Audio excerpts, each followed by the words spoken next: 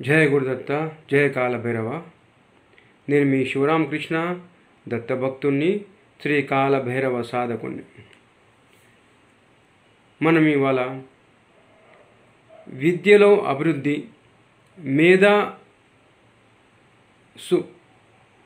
మేధావృద్ధికి, ఆత్మరక్షణకు ఒక మంచి దివ్యమైన భైరవ మంత్రం చెప్పుకుందాం. అదేంటి అంటే, ఓం క్షం క్షేత్రపాలాయ క్రీం క్రీం కాలభైరవాయ నమః మమ రక్ష రక్ష. మరోసారి వినండి. ఓం క్షం క్షేత్రపాలాయ క్రీం క్రీం కాలభైరవాయ నమః మమ రక్ష రక్ష. ఈ మంత్రాన్ని మీరు రోజు 108 మార్లు చదువుకోండి. డైలీ, లైఫ్ టైం ఇది మీకు.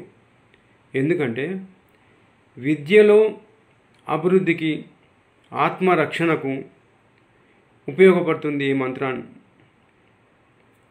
జయ గురుదత్త, జయ కాలభైరవ. సర్వే జనా సుఖినో భవంతు. సమస్త సన్మంగళాని.